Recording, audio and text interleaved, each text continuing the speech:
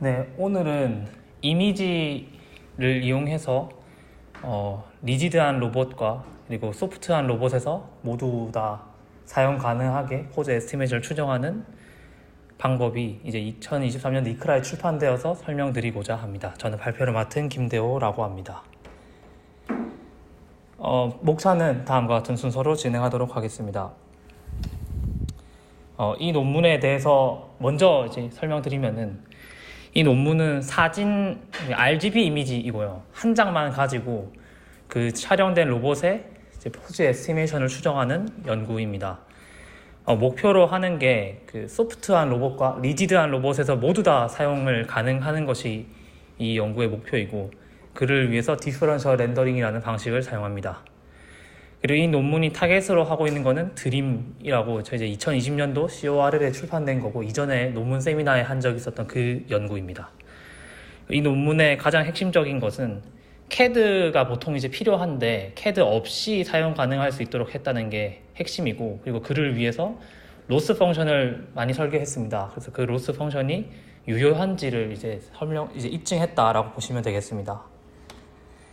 이 연구는 UC 샌디에이고의 마이클 교수 연구진에서 탄생되었습니다. 그래서 여기 연구실 같은 경우에는 주로 수술용 로봇을 많이 이용하고, 이번에 이크라에 총 6편이 업셉이 되었는데 그 중에 3편이 이제 모두 다 수술용 로봇에 관련된 내용이고, 그 중에 한 편이 제 가장 우수한 논문으로 이크라에서 선정된 바 있습니다. 그래서 소프트랑 리지드한 로봇을 동시에 지금 포즈 에스티메이션 하겠다는 게, 제 생각엔 그 수술용 로봇들이 이제 형태가 소프트한 것도 있다 보니까 다 동시에 고려해주는 방법을 만들기 위해서 일을 한 것으로 추정됩니다. 로봇의 스테이트를 예측한다고 말씀드렸는데, 로봇의 스테이트는 보통 이제 왼쪽과 같은 그림을 많이 봤을 겁니다. 그 각 조인트마다 로봇팔에 이제 그 로봇팔 관절이 얼마만큼 돌아가져 있는지를 이제 좌표기로 나타내면 이제 이런 식으로 나타낼 수 있는데, 이 세타 값들이 각각 어떻게 설정되어 있는지가 로봇의 스테이트라고 보통 얘기를 합니다. 근데 문제는 이제 소프트로 한 로봇 같은 경우에는 이런 관절이라는 개념이 존재하지 않기 때문에 이제 어디에다가 어떻게 관절 값을 찾을 수가 있는지가 문제라는 점이 일단 이렇게 쓸 것 같습니다. 그래서 저런 로봇의 스테이트를 이제 필요한 이유 중에 하나가, 이 로봇을 가지고 내가 어떤 조작기를 통해서 조작하는 게 아니라, 이제 이런 로봇처럼 이제 어떤 카메라와 같은 비전 센서를 달아가지고 내가 똑똑한 일을 이 비전 센서를 통해서 들어오는 정보를 이용해서 수행을 하게 이 로봇팔에 해야 되겠습니다. 그래서 이제 이 그림도 이제 많이 보셨을 건데, 저희가 한창 핸드아이 캘리브레이션 논문 설명할 때 그 로봇 스테이트를 이용해서 이제 핸드아이 캘리브레이션을 수행한다고 말씀드렸고, 그때 핸드아이 캘리브레이션이라는 게 이 로봇팔의 베이스랑 카메라 좌표기 간의 관계를 찾는 것이다 라고 말씀드린 바 있습니다. 그럼 이제 핸드아이 캘리브레이션의 단점이 뭐냐면은, 고전적인 방법으로는 보통 이런 아르코 마커나 에일프릴 태그와 같은 피듀시얼 마커를 사용하게 되는데, 그 로봇의 스테이트를 이용해줘야지만이 이거를 이용할 수 있다는 단점이 존재합니다. 그래서 내가 에일프릴 태그나 아르코 마커 같은 거를 붙일 때 로봇팔에다가 어디다 붙일 건지도 먼저 문제가 되고, 그 로봇 스테이트가 지금 키네마틱스 체인하고 다 연결되어 있는데 그 값을 어떻게 설정한지도 문제가 되고, 그리고 마이클 교수님 같은 경우에는 수술용 로봇을 사용한다고 했는데, 수술용 로봇은 보통 이렇게 수술방 안에 피가 튀겨지는 걸 막기 위해서, 보시면 아시겠지만은 마커 같은 것을 상당히 이제 붙이기 까다로운 환경 자체에 속해져 있습니다. 그리고 키네마틱스 체인이 이제 정확하지 않을 수도 있다는, 그러니까 조인트 센서마다 에러가 있을 수도 있기 때문에, 이제 아까 드림이라는 방법이 나와서, 그러면은 내가 마커 없이 그 카메라에서 들어오는 이미지만 가지고 로봇의 스테이트를 한번 추정을 해보겠다라는 연구가 2020년도에 출판이 되었지만, 이 방법에도 한계점을 꼽자면은, 일단 이 이미지, 이거는 이제 지도 학습으로 학습이 되는데, 당연히 이제 시뮬레이션 상에서 얻어지는 데이터셋을 사용하게 됩니다. 그러려면은 이 로봇들마다의 CAD 값을 내가 다 가지고 있어야 되고, 그거를 시뮬레이션 상에 띄워가지고 다 키네마틱스 체인 같은 것들 다 얻어내서 학습을 해야 된다는 점이 문제가 됩니다. 이게 왜 문제가 되냐면, 그 아까 보셨던 소프트한 로봇들 같은 경우에는 이게 막 상용품이 막 나오고 있는 게 아니고 보통 연구실 차원에서 제작이 되고 있기 때문에 대충 이게 상용품이 아니라 프로토타입이라고 보시면 될 것 같습니다. 그래서 그런 프로토타입들이 이제 난무한데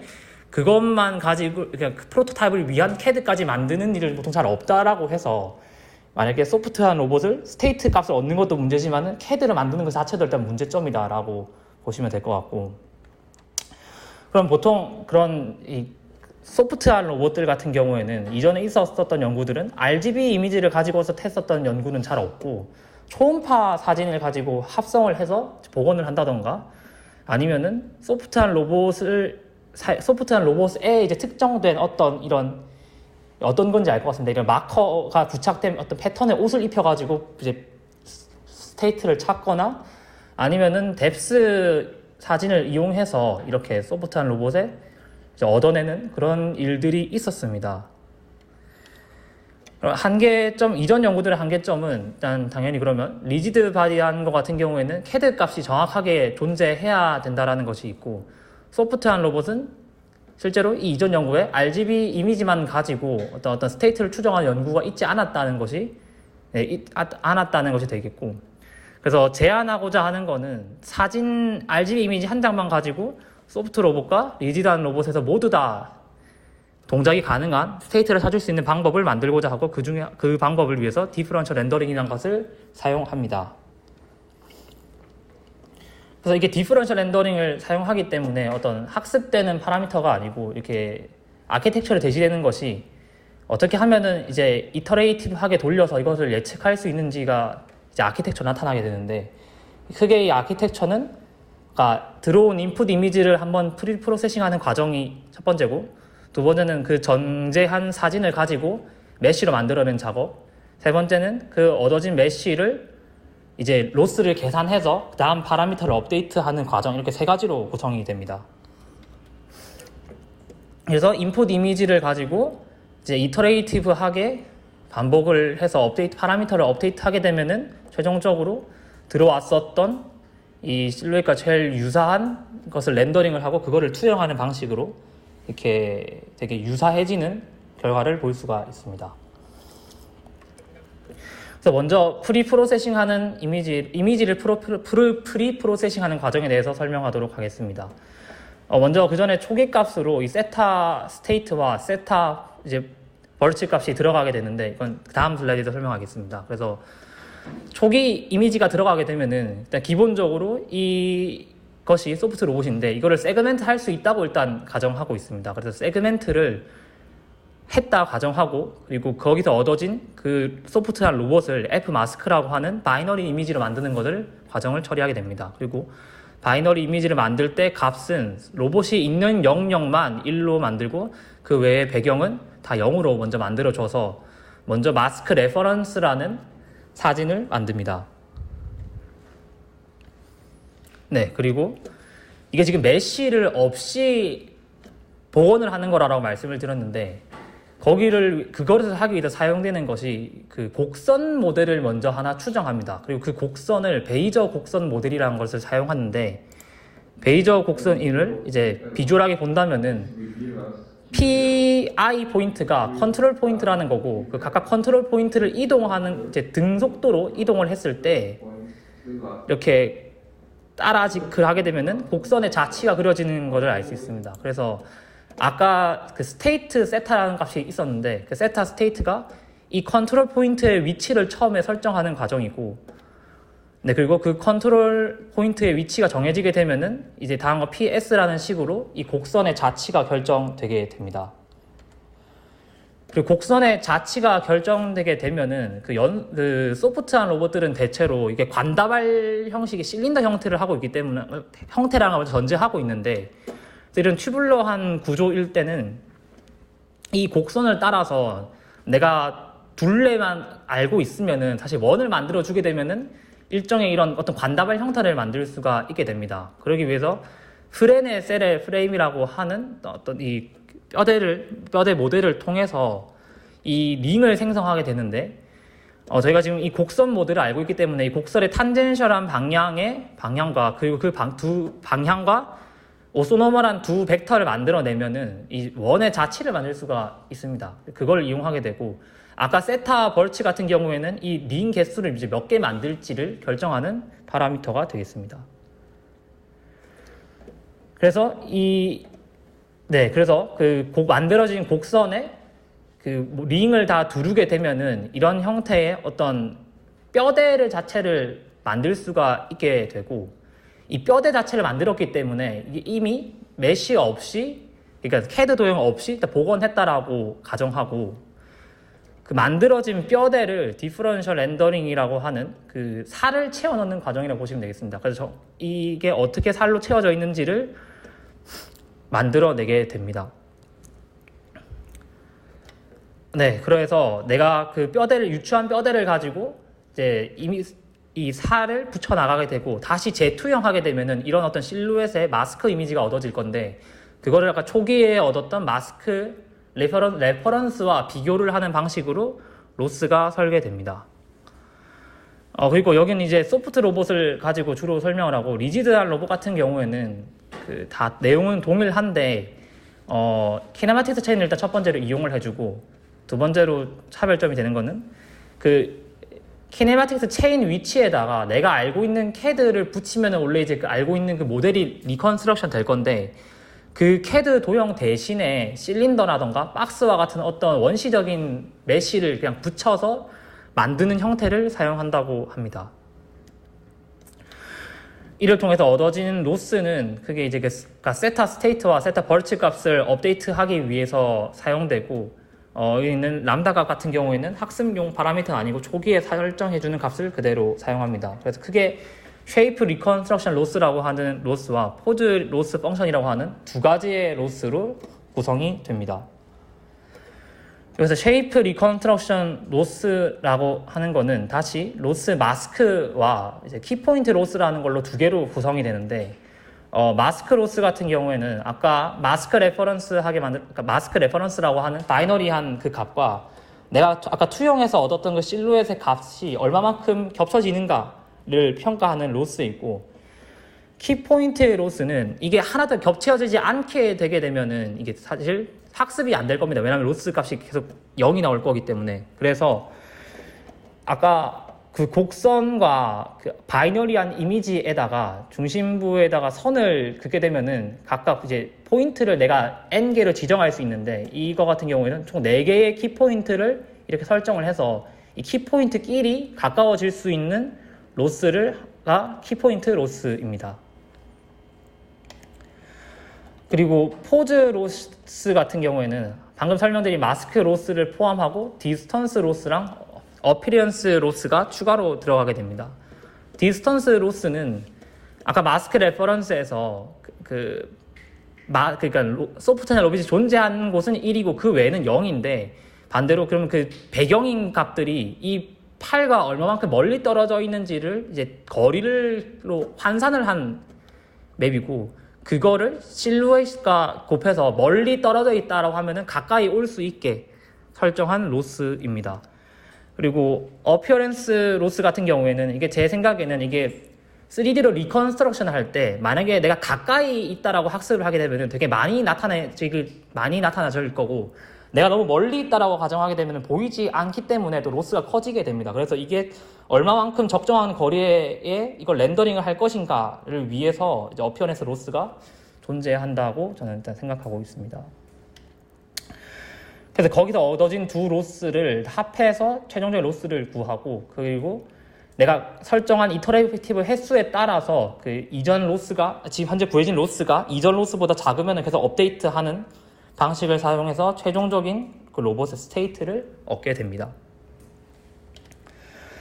그래서 이 방법은 크게 두 가지의 실험을 진행하게 됩니다. 첫 번째는 이제 소프트 로봇이 얼마만큼 잘 리컨스트럭션 할 수 있는가를 실험하기 위해서 저자들은 직접 데이터셋을 만들어 주었고, 그리고 만들어는 데이터셋을 통해서 2D 로스와 3D 로스를 비교하고 퀄리테이티브하게 얼마나 잘 복원이 되는가를 평가합니다. 그리고 두 번째는 그 리지드한 매니플레이터를 평가해야 되는데, 그를 위해서 백스터 매니플레이터 데이터셋을 이용해 줍니다.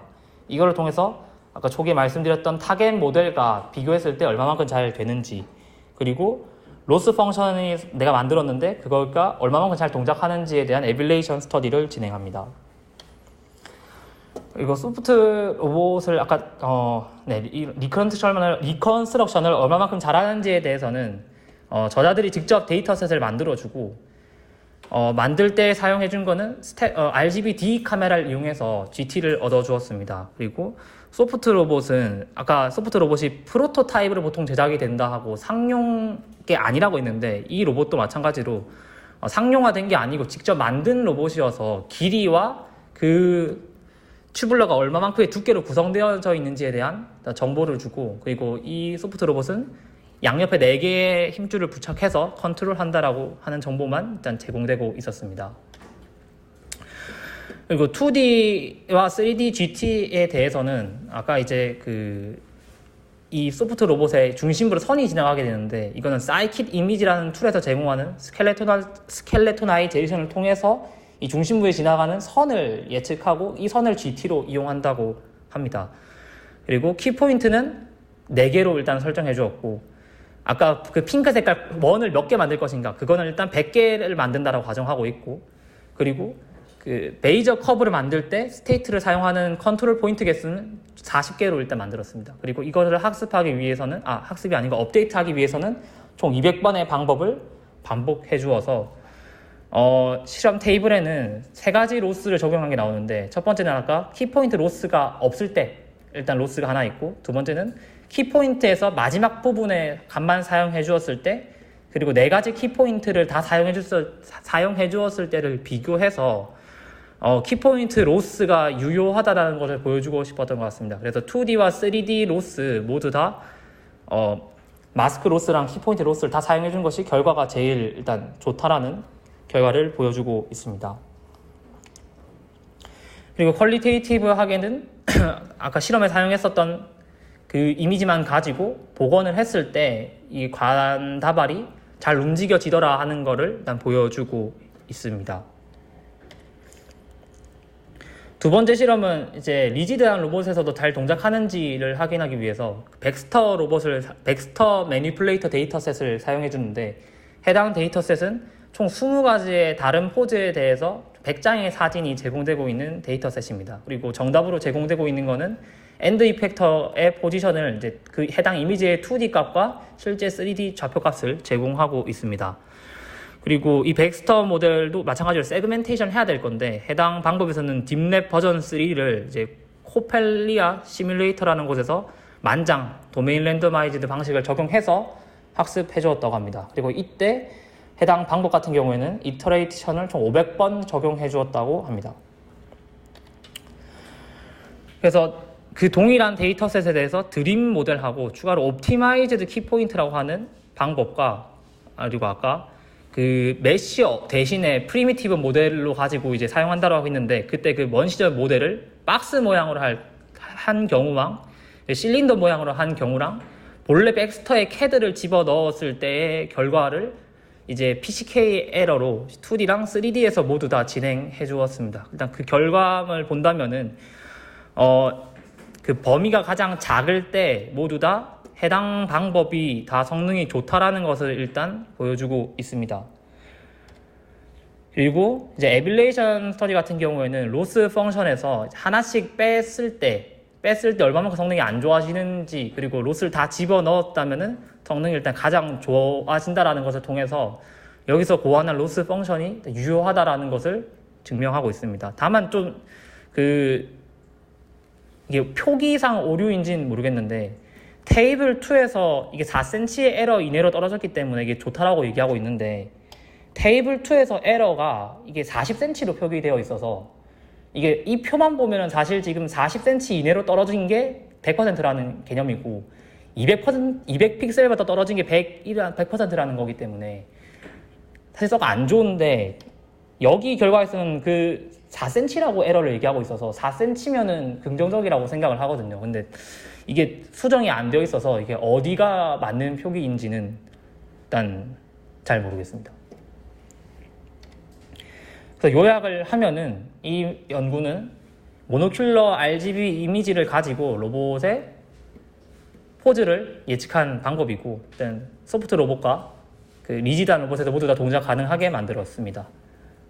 네, 이상 발표를 마치도록 하겠습니다.